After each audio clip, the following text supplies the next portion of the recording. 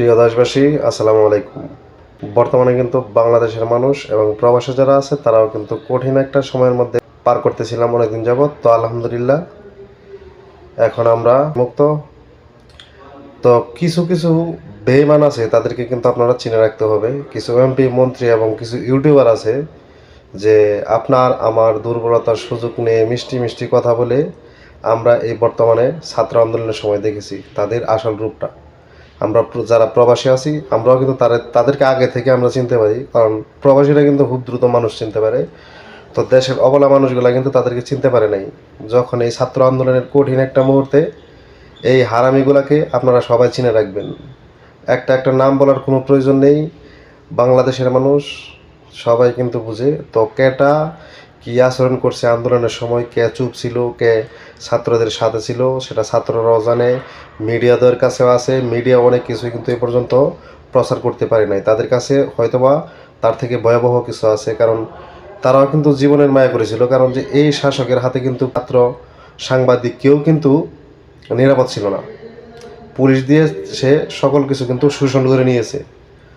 তো কে কী করেছে ছাত্রদের সময় অনেকগুলা ক্যামেরা বন্দি আছে, এবং ইউটিউব আছে, ফেসবুক আছে, টিকটক আছে, সব জায়গায় কিন্তু আমরা কে কী করেছে না করেছে সব কিছুর তথ্য জানতে পেরেছি। অলরেডি আমরা জেনে গেছি, এবং সামনে কিন্তু যেগুলো গোপন ছিল সেগুলো কিন্তু আমরা অবশ্যই জানবো।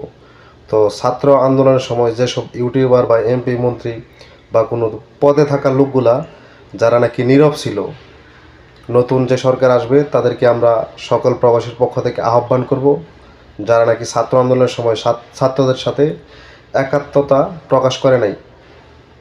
নতুন সরকারকে করজোরে আমরা অনুরোধ করব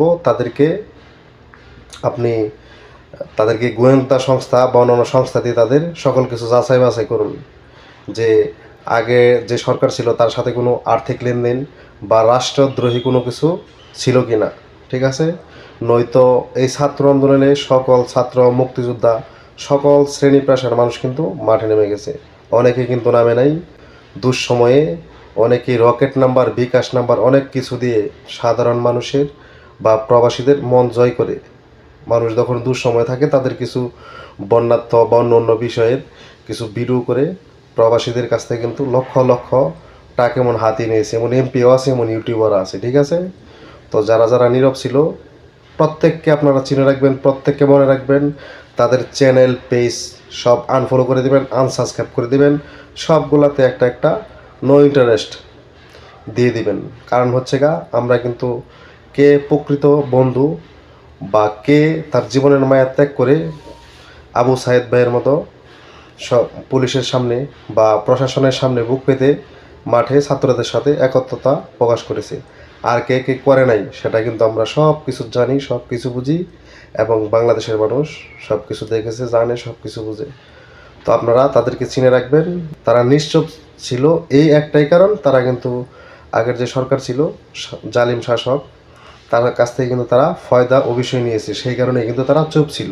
যারা চুপ ছিল, যে এমপি মন্ত্রী ইউটিউবাররা চুপ ছিল, তারাও কিন্তু জানতো যে বর্তমান শাসক যা করতেছে অন্যায়, অবিচার। তো দেশের মধ্যে কিছু দুর্নীতিবাজ, ঘুষখোর থাকে না, তো সরকারের কাছ থেকে তারা কোনো ফয়দা নিয়েছে। সেই কারণে কিন্তু তারা ভয়ে কোনো কিছু বলে নাই, কারণ বললে তারপর সে যে ফয়দাটা নিছে সরকারের কাছ থেকে সেটা তো বের হয়ে যাবে। তো দেশবাসী এবং প্রবাসীরা এই বাটপার এবং দান্দাবাজদেরকে আমরা সকলে চিনে ফেলেছি এবং চিনব। আরও কিছু দান্দাবাজ আছে। তো বর্তমান সাংবাদিক ভাইদের কাছে অনেক ডকুমেন্ট কিন্তু আছে, যেটা কিন্তু তারা জীবনের মায়ের জন্য তারা কিন্তু প্রকাশ করতে পারে নাই। তো ইনশাল্লাহ আশা করবো আপনাদের কাছে যত সাংবাদিক ভাইয়ের কাছে যত গোপন ভিডিও, সিক্রেট ভিডিও আছে সবগুলা প্রকাশ করে দিবেন। আজ থেকে আপনারাও স্বাধীন। কিছু কিছু চ্যানেল আছে ছাত্রদের এবং দেশদ্রোহিতার জন্য সব সময় সরকারের মিথ্যা খবর, মিথ্যা নিউজ সব কিছু প্রচার করেছে। যেই টিভি চ্যানেলগুলা সরকারের পক্ষ হয়ে সাধারণ মানুষের বিপক্ষ হয়ে সব সময় নিউজ করেছে। ঠিক আছে? অনেক টিভি চ্যানেল আছে যারা সরকারের পক্ষ নিয়ে নিউজ করে তাদের কমেন্ট বক্স অফ করে রাখছে। আপনারা যদি এমন ডকুমেন্ট চান, আমি কিন্তু সকল কিছু স্ক্রিন রেকর্ড করে ভিডিও করে রেখে দিছি। ঠিক আছে?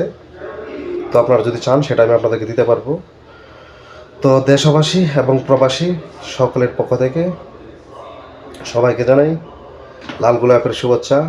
আসসালামু আলাইকুম। সবাই ভালো থাকবেন, সুস্থ থাকবেন, শান্তি, সুন্দর, সুখময় একটি সমাজ এবং রাষ্ট্র গড়বেন, এটাই দেশবাসী এবং ছাত্রদের কাছে প্রত্যাশা। যদি বেঁচে থাকি তাহলে আপনাদের সাথে এই সুন্দর সোনার বাংলাদেশ আপনাদের সাথে দেখা হবে ইনশাল্লাহ। আসসালামু আলাইকুম।